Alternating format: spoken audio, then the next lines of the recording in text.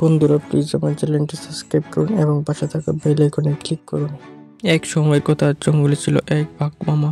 তিনি ভাবতেন আমি জঙ্গলের রাজা, সবাই আমার কথা শুনবে। কিন্তু বাঘ মামা ছিলেন একটু অলস আর ভুলুমনা। তিনি সব সময় হুকুম দিতেন কিন্তু কিছুই ঠিক মতো করতেন না। একদিন তিনি জঙ্গলের খরগোশ, কাঠবিড়ালি আর বানরকে ডেকে বলল, কাল থেকে সবাই আমাকে খাবার এনে দিবি। কয়েকদিন এমন ভাবে চলল। হঠাৎ একদিন খরগোশ টুটুল, কাঠবিড়ালি চমচম আর বানর কানা সবাই মিলে পরিকল্পনা করলো।